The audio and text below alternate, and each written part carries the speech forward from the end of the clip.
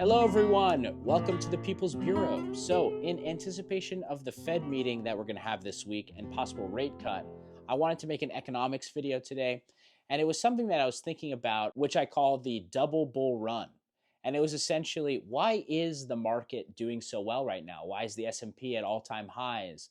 Why does it feel like there's such a disconnect between the market and economic data? As the economy is doing well, obviously you're going to have a bullish sentiment.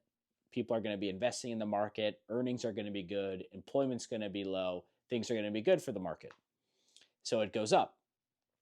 And as the economy starts to slip, as job numbers come out that are not good, as inflation is stickier than we would like, the Fed keeping the funds rate in a restrictive zone, that's going to limit economic growth essentially. And so you would think that the market would then start to falter, to drop. But that's not happening. The numbers are not good right now. The jobs data keeps getting revised down. Unemployment rate is staying around the same. I think that has to do with other factors, specifically the older workforce. So you're seeing this bad data, but the market isn't acknowledging this bad data, or it feels like the market isn't acknowledging the reality of the economy. And that, I think, is because of anticipated rate cuts. So if the Fed cuts rates, they're doing it to avoid a recession.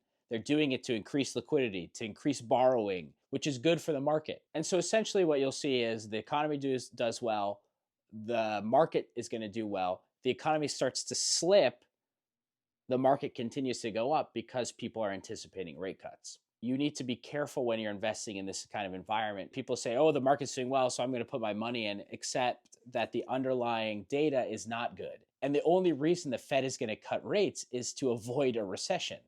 And so you don't want to be investing in a market where the Fed is trying to avoid a recession. I think there is some data about the market not doing super well in a rate cutting environment because there's a recession. There's a reason for the rate cuts. I was thinking about the disconnect between where the market is and the underlying economic data. Why is the market going up when it feels like everything is pointing to the market, to the economy slipping? And I think, again, that's because of anticipated rate cuts. So the market is going up on anticipation, but once the rate cuts start happening, you lose that anticipation because it's now here. So keep an eye out. I will be making some videos about the Fed meeting, kind of my predictions and what I think is going to happen. And hopefully you guys found that interesting. So have a good one, guys.